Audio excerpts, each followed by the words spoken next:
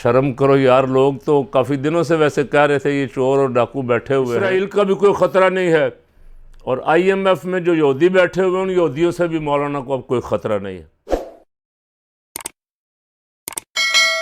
औज़ु बिल्लाहि मिनश्शैतानिर्रजीम, बिस्मिल्लाहिर्रहमानिर्रहीम।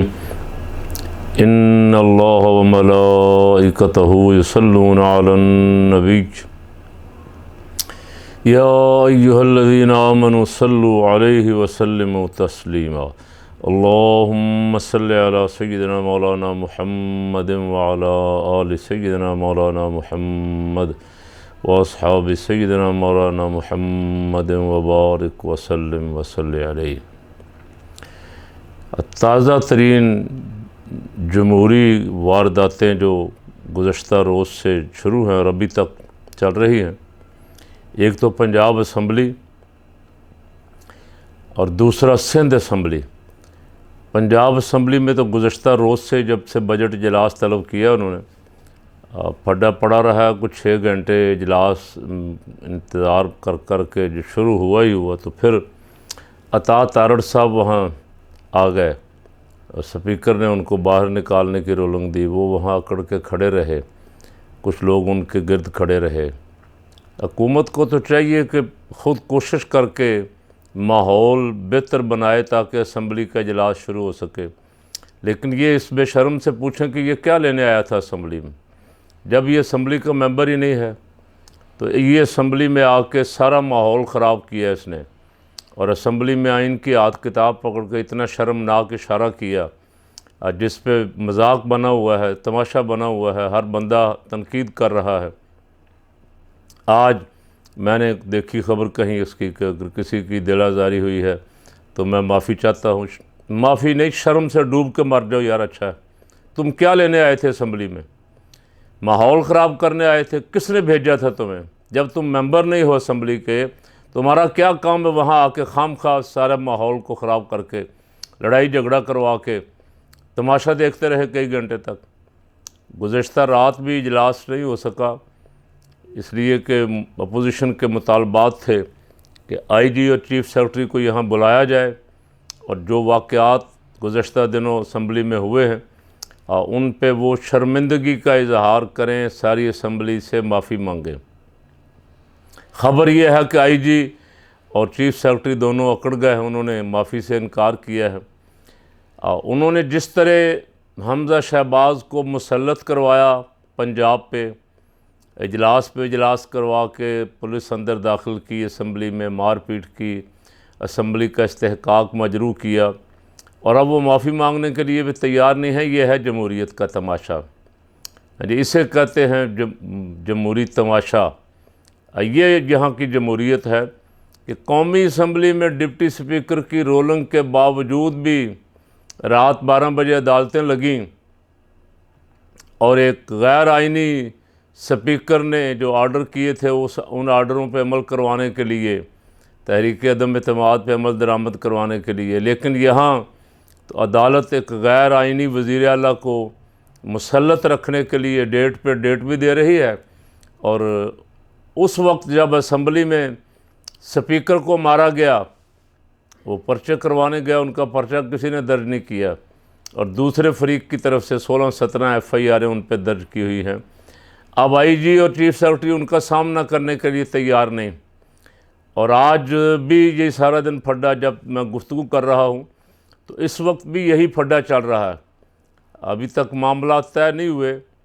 देखें, हुकूमत जो गौर कर रही है, नाम नहाद इम्पोर्टेड हुकूमत की दुमछल्ला पंजाब हुकूमत जो गौर फिक्र कर रही है कि डिप्टी स्पीकर के ज़रिए कोई नया आर्डर गवर्नर से असम्बली का इजलास तलब करवा के डिप्टी स्पीकर के ज़रिए किसी और जगह इजलास करके और बजट मंजूर कर लिया जाए। इसलिए कि ये स्पीकर जो बैठा हुआ है ये तो मज़बूत कदमों के साथ बैठा हुआ है, तगड़ा होकर बैठा हुआ है।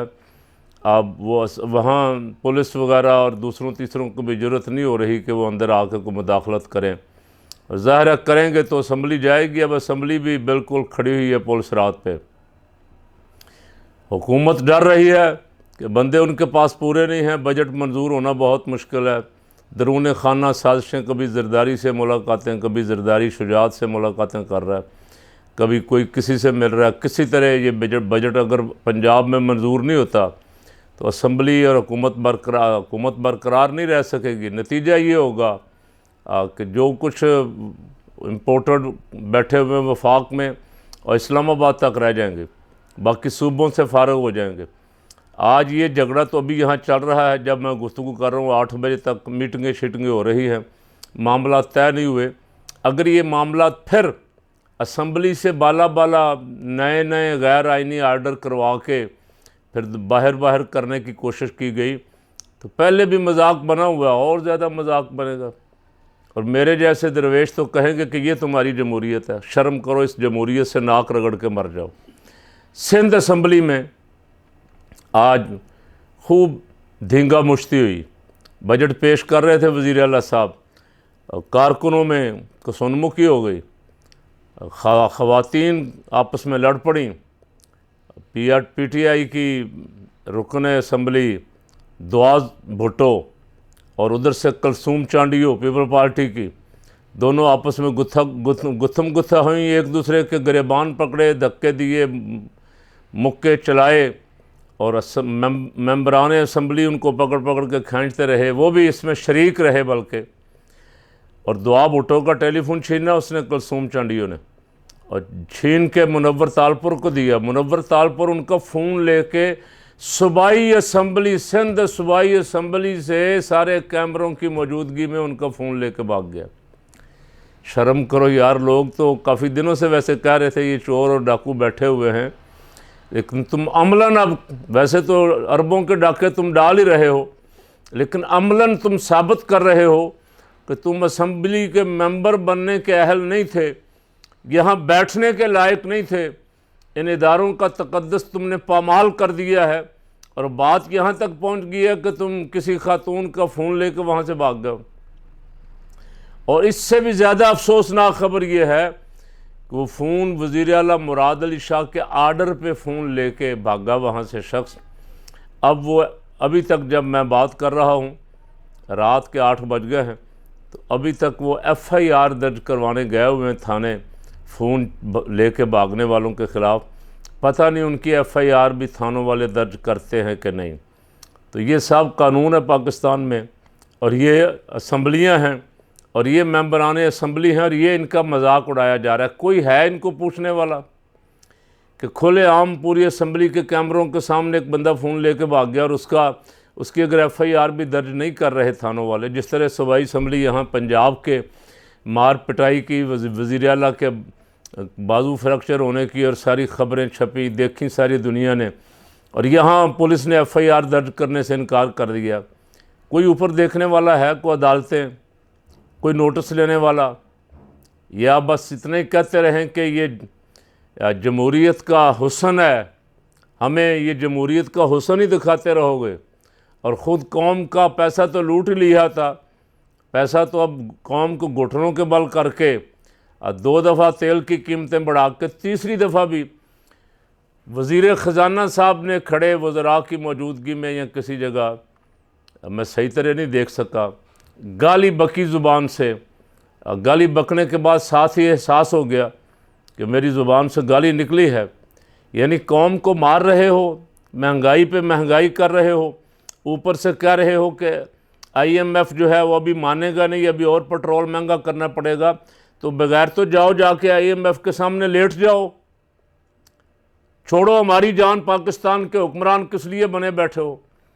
अगर तुम इतने बड़े बूट पालिश हो कि IMF के इतने बूट पालिश करने के बाद भी तुम्हें पैसा वो नहीं दे रहा, किस लिए तुम्हें लाया गया था? क्या करने आए थे? कह के तो ये आए थे कि हमारे आते ही IMF भी मेहरबान हो जाएगा, और जिसके लेटर पे रजीम चेंज हुआ है वो तो बहुत तैयार बैठा हुआ है कि अगर इसकी हुकूमत बदलती है तो पाकिस्तान पे इनाम इकराम की बारिश होगी। वो भी तुम्हें पैसा देने के लिए तैयार नहीं। और मौलाना फजलुर रहमान जो खुशखबरियाँ सुना रहे थे कि शहबाज को सऊदीया भी पैसा देने के लिए तैयार है, तुर्की भी पैसा देने के लिए तैयार है, अमारात भी तैयार है, वो मौलाना पता नहीं आजकल कहाँ छुपे हुए हैं। कौम को तो तेल, सीमेंट, बजरी, सरिया, आटा, चीनी, हत्ता कि सब्जियां भी नहीं मिल रही। मौलाना को 4 वजारतें मिली और उनको बजट में पूरा हिस्सा मिल गया, मवासलात में, वजारत मजहबी अमूर में, हाउसिंग में और चौथी वजारत में भी, और उनकी फरमाइशें भी पूरी हो रही हैं। इसलिए अब उनका इस्लाम भी ख़तरे में नहीं है, इसराइल का भी कोई ख़तरा नहीं है, और IMF में जो यहूदी बैठे हुए हैं उन यहूदियों से भी मौलाना को अब कोई ख़तरा नहीं है। तो मेरा सवाल अब फिर दोबारा यही है कि जो कुछ असम्बलियों में, हमारी असम्बलियों में जो बैठ गए हैं आके और अपने आप को पता नहीं अब क्या समझ रहे हैं, गाली गलौज कर रहे हैं, धमकियां दे रहे हैं, डरा धमका रहे हैं, यानी बजाय इसके कि हमजा शहबाज मिन्नत समाजत करके अपोजिशन को राज़ी करते हैं। अपोजिशन बड़ी पार्टी है सूबाई असम्बली में, पंजाब असम्बली में भी, कौमी असम्बली में भी बड़ी पार्टियां दोनों ही। आज शुनीद ये है कि सुप्रीम कोर्ट ने भी ये बात कही कि बड़ी पार्टी असम्बली से लाताल्लुक़ हो गई है, तो जो कानून साजी, आइन साजी हो रही है, क्या हो रही है, ध्यान रखा जाए ज़रा। तो सुप्रीम कोर्ट को नोटिस लेना चाहिए था इस पर कि इनका हाथ रोकती। ये सारी वो तरामीम कर रहे हैं जो इनकी चोरियां, इनके डाके छुपा लेगी, जो इनके जराइम पे पर्दा डाल के इनको साफ़ सुथरा करके, धो के, पाक साफ़ करके, अब फिर इनको उसमें से निकालेगी मशीन से, कपड़े धोने वाली मशीन से, कि ये तो बिल्कुल साफ़ सुथरे हो गए हैं। इन पे तो एक धेले का करप्शन का इल्ज़ाम भी नहीं था। ये हमारी जमहूरियत है और मैं बड़ी दफ़ा कह बैठा हूँ कि हमें ऐसा सिस्टम, हमें ऐसा निज़ाम नहीं चाहिए। हमें निज़ाम चाहिए अल्लाह रब्बुल आलमीन और उसके महबूब सल्लल्लाहु अलैहि वसल्लम का, जो हजूर को निज़ाम दे के भेजा था, वो निज़ाम चाहिए, जिसको मैं अक्सर आपको सुनाता रहता हूँ। अब उतर कर हिरा से सुवे कौम आया और एक नुस्ख़ा कीमिया साथ लाया। हमें वो चाहिए, वो आएगा तो हमारा काम इंशाअल्लाह सारे काम सीधे हो जाएंगे।